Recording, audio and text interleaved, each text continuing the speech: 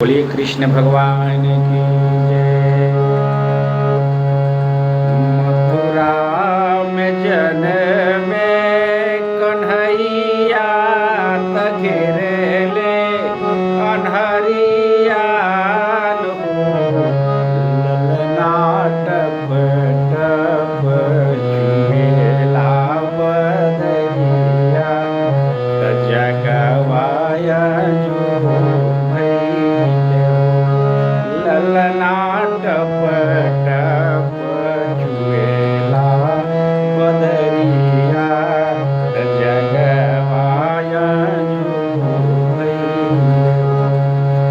भादो भदवरिया करतिया त घेरले विपतिया हो ललना पापी कंस करेला ससतिया त जगवाया जुगैले हो।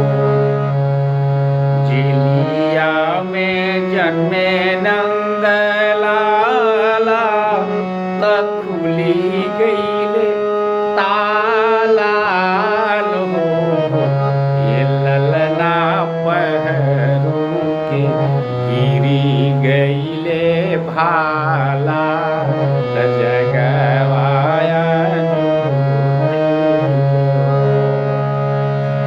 जब जन्मे मुरलिया वाला तब भइल नाही हाला हो ललना भाग फूटल कंस मतवाला त जगवाया जुगैले हो।